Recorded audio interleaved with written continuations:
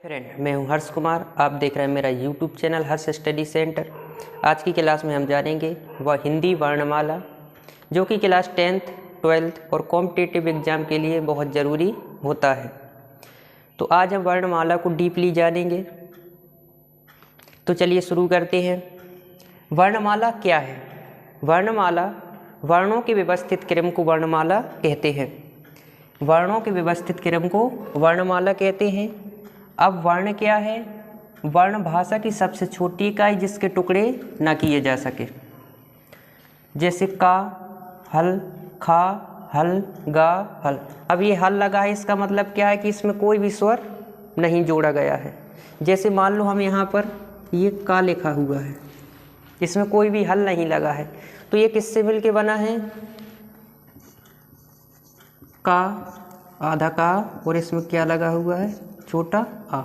इन दोनों से मिलके ये का बना हुआ है। जो ये लिखे हुए इनमें कोई भी जो है स्वर नहीं लिया गया है, इसलिए। और ये क्या, ये तो केवल स्वर हैं, स्वतंत्र होते हैं। तो ये क्या हो जाएगी? वर्ण। भाषा की सबसे छोटी, मतलब इनके कोई भी टुकड़े नहीं किए जा सकते। भाषा की सबसे छोटी इकाई जिसके टुकड़े ना किए जा सके तो क्या हो जाएंगे? ये वर्ण हो जाएंगे। यदि क्वेश्चन आता है कॉम्पिटिटिव एग्जाम में कि भाषा की सबसे छोटी इकाई जिसके टुकड़े ना किए जा सके तो क्या हो जाएगा? वर्ण। दूसरा है मौखिक आधार पर भाषा की सबसे छोटी इकाई क्या हो जाएगी? ध्वनि। भाषा के आधार, वो मौखिक आधार पर भाषा की सबसे छोटी इकाई क्या हो जाएगी? ध्वनि। जब कोई बच्चा छोटा होता है 2 साल का या फिर 3 साल का, तो वो कुछ ना कुछ बोलता है अपने मुँह से, थोड़ा बहुत उसके मुँह से कुछ निकलता है, लेकिन साफ नहीं निकलता है, कुछ ना कुछ तो निकलता है। इसका मतलब है कि उसके मुँह से क्या निकल रही है? ध्वनि निकल रही है। तो मौखिक आधार पर भाषा की सबसे छोटी इकाई क्या हो जाएगी? ध्वनि। इतना क्लियर हुआ? इसके बाद अर्थ के आधार पर भाषा की सबसे छोटी इकाई क्या हो जाएगी? शब्द। अर्थ के आधार पर मतलब जिसका कुछ ना कुछ अर्थ हो, ऐसा शब्द जिसका कुछ ना कुछ अर्थ निकल रहा हो। तो मतलब अर्थ के आधार पर भाषा की सबसे छोटी इकाई क्या हो जाएगी? शब्द। इसके बाद भाषा की पूर्ण इकाई, भाषा की पूर्ण इकाई यानी कि सबसे बड़ी इकाई क्या हो जाएगी? वाक्य। इनका क्रम क्या होता है? सबसे छोटा उससे बड़ा, उससे बड़ा। तो क्रम होता है कि सबसे छोटी इकाई जो मानी जाती है वो ध्वनि, ध्वनि से मिलकर के बनता है वर्ण। यहाँ पर हमने पढ़ा कि भाषा की सबसे छोटी इकाई, और यहाँ पर भी तो भाषा की सबसे छोटी इकाई ये भी है जिसके टुकड़े ना किए जा सके, और मौखिक आधार पर भाषा की सबसे छोटी इकाई होती है ध्वनि। जिसके टुकड़े ना हो वो वर्ण होता है, और जो मौखिक आधार पर छोटी इकाई होती है वो क्या होती है? ध्वनि। तो सबसे पहले ध्वनि, ध्वनि से बड़ा क्या होता है? वर्ण। वर्ण से मिलकर क्या बनता है? अक्षर। अक्षर से मिलकर के क्या बनता है? शब्दांश यानी कि उपसर्ग, जो शब्द के आगे लगाए जाते हैं। और शब्दांश उपसर्ग से मिलकर के क्या बनता है? शब्द बनता है। शब्द से क्या बनता है? पद। पद से पदबंध, जिसको हम उपवाक्य भी बोलते हैं या वाक्यांश भी बोलते हैं। इनसे मिलकर के क्या बनता है? शीर्षक। शीर्षक से क्या बनता है? वाक्य। वाक्य से क्या बनता है? अनुच्छेद। अनुच्छेद से क्या बनता है? अध्याय। अध्याय से क्या बनती है? रचना। रचना से क्या बनती है? पुस्तक। और पुस्तक से क्या बनता है? काव्य। और काव्य से क्या बनता है? ग्रंथ। तो ये जो है पूरा क्रम जो है लिख दिया गया है। ठीक है, इतना क्लियर हुआ? चलिए इसके बाद जानते हैं वर्णों के भेद। देखिए, वर्ण के भेद। वर्ण जो है मुख्यतः दो तरह के होते हैं, लेकिन यदि कॉम्पिटिटिव एग्जाम में क्वेश्चन पूछा जाए और उसमें विकल्प में 2 ना दे करके 3 दे दे तो क्या करेंगे? 3 पर टिक करेंगे। यदि विकल्प में 2 भी हो और 3 भी हो तो क्या करेंगे? 3 पर टिक लगाएंगे, क्योंकि वर्ण जो है 3 तरह के होते हैं: स्वर, व्यंजन और अयोगवाह। स्वर कितने होते हैं? स्वर की संख्या होती है 11। स्वर की कितनी संख्या होती है? 11। और 2 होते हैं अयोगवाह, अंग और खाली। इसको बोला जाता है अनुस्वार और इसको बोला जाता है विसर्ग, जो शब्द के पीछे लगा होता है।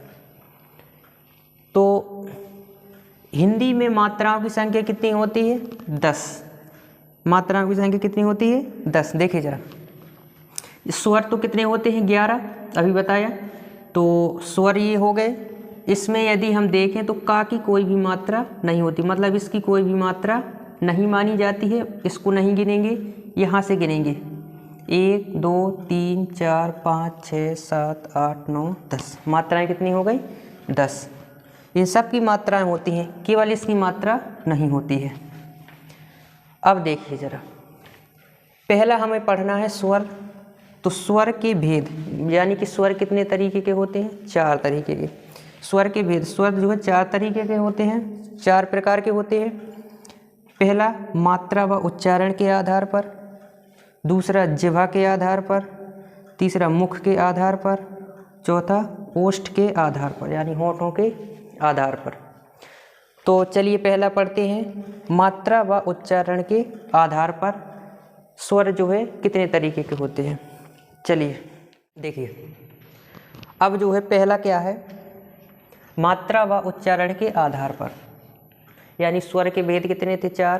पहला मात्रा व उच्चारण के आधार पर, दूसरा जिह्वा के आधार पर, तीसरा मुख के आधार पर और चौथा ओष्ठ के आधार पर। तो हम पहला पढ़ना है हमें मात्रा व उच्चारण के आधार पर। तो मात्रा व उच्चारण के आधार पर जो है कितने होते हैं 2 या 3 प्रकार के। यदि जो है कॉम्पिटिटिव एग्जाम में विकल्प में 2 आता है और 3 नहीं आता है तो क्या करेंगे 2 पर टिक करेंगे। लेकिन यदि विकल्प में 2 भी आता है और 3 भी आता है तो क्या करेंगे 3 पर टिक करेंगे। क्योंकि मात्रा व उच्चारण के आधार पर स्वर जो है कितने प्रकार के होते हैं 3 तरह के। ह्रस्व स्वर जिसको हम मूल स्वर भी कहते हैं या फिर लघु स्वर भी कहते हैं, ये कितने होते हैं 4।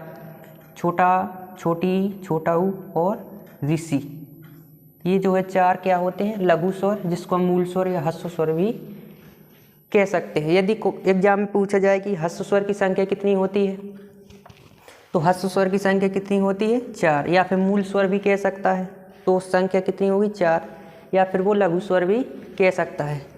इसी तरीके से दूसरा दीर्घ स्वर कितने होते हैं 7, जिसको हम गुरु स्वर भी कह सकते हैं और संधि स्वर भी कह सकते हैं। एग्जाम में कुछ भी नाम ले सकता है कि बताइए संधि स्वर कितने होते हैं। तो संधि स्वर कितने होते हैं 7। बड़ा, बड़ी, बड़ाऊ, ए ओ और ओ। इस तरीके से तीसरा जो होता है प्लुत स्वर, जिसको हम बोलते हैं पवित्र स्वर। पवित्र स्वर जो है उसका इस तरीके से होता है, जैसे ये लिखा हुआ है राम, तो हम इसको क्या पढ़ेंगे राम। लेकिन यदि हम इसमें बीच में एक बार प्लुत स्वर लगा दें इस तरीके से तो इसको पढ़ेंगे राम, मतलब कि अधिक देर तक ध्वनि निकलेगी। 2 बार लगा दें तो और देर तक ध्वनि निकलेगी राम, इस तरीके से। तो ये थे मात्रा व उच्चारण के आधार पर। दूसरा है जिह्वा के आधार पर कितने होते हैं 3।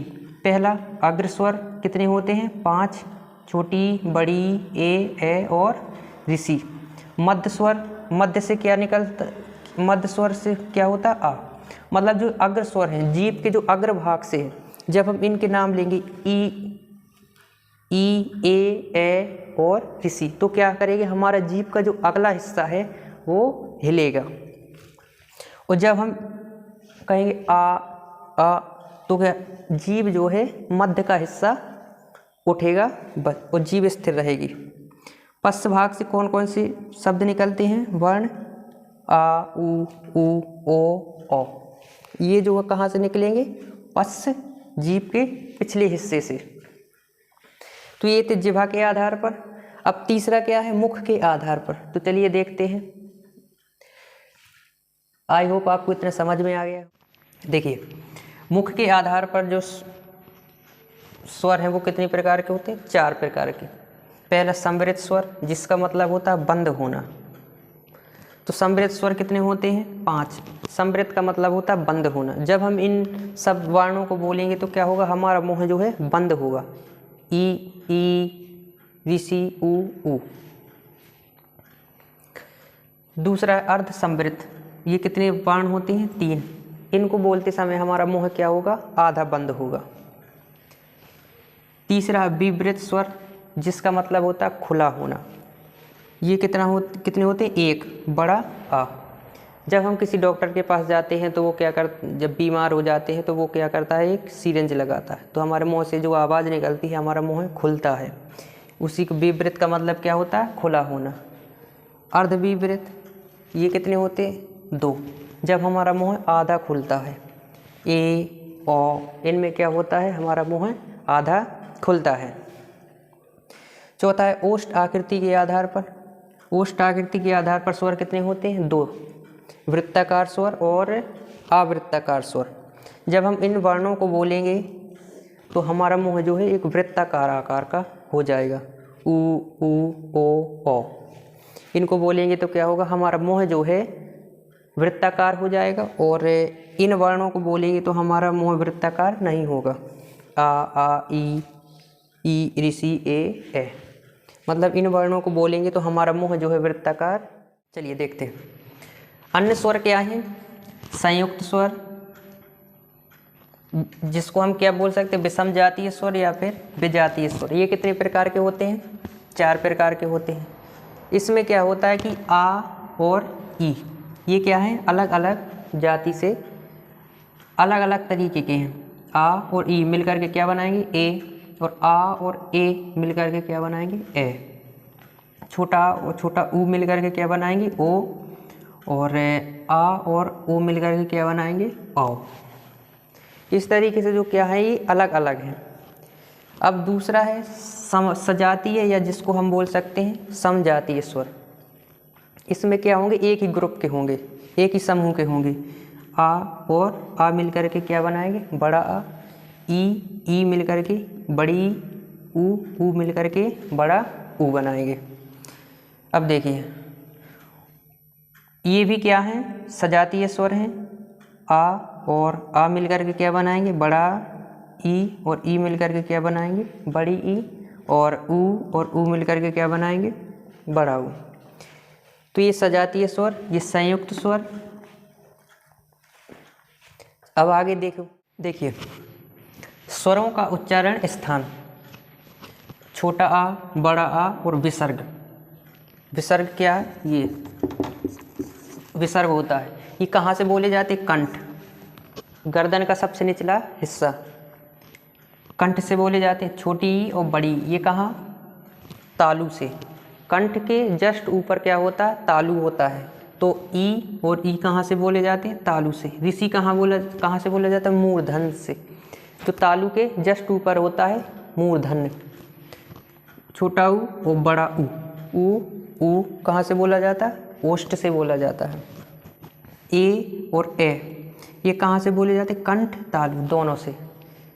क्योंकि आ और ई मिलकर के क्या बनाते हैं, ए बनाते हैं। यानी आ कहाँ से बोला जाता है, कंठ से, और ई कहाँ से बोला जाता है, तालु से। यानी कि कंठ और तालु से मिलकर के ये दोनों बोले जाएंगे। वा और हा ये दोनों स्वर तो नहीं है, इनको आगे संधियों में समझेंगे कि इनको क्यों लिखा है। वा जो है कहाँ से बोला जाएगा, दंत ओष्ठ, दंत और ओष्ठ से, दोनों से। हा स्वर यंत्र से, जहाँ से हमारी ध्वनि निकलती है, स्वर यंत्र से बोला जाता है। और अंग कहाँ से बोला जाता है, नासिक से। और ओ कहाँ से बोला जाता है, कंठ ओष्ठ से, कंठ और ओष्ठ से। क्योंकि आ और ऊ ये दोनों मिलकर के क्या बनाते हैं, ओ। तो ये बोला जाता है कंठ से और ये बोला जाता है ओष्ठ से। तो ये दोनों मिलकर के क्या हो जाएंगे, कंठ ओष्ठ। यानी कि ओ और ओ कहाँ से बोले जाएंगे, कंठ और ओष्ठ से। तो ये थे हिंदी वर्णमाला के स्वर। आई होप आपको वीडियो पसंद आया होगा। यदि वीडियो पसंद आया हो तो वीडियो को लाइक कमेंट में ज़रूर बताएं कि आगे आपको किस टॉपिक पर वीडियो चाहिए। वीडियो को ज़्यादा से ज़्यादा शेयर करें और चैनल को सब्सक्राइब करें। कॉम्पिटिटिव एग्ज़ाम के लिए वर्णमाला जो है बहुत ज़रूरी होती है, इसलिए हमने आपको इसमें सारे नियम, सारी चीज़ें बिल्कुल बताई हैं। इससे बाहर कुछ नहीं आएगा, चाहे वो यूपी कांस्टेबल हो, चाहे बोर्ड एग्ज़ाम हो, चाहे कोई अदर कॉम्पिटिटिव एग्ज़ाम हो। चलिए धन्यवाद।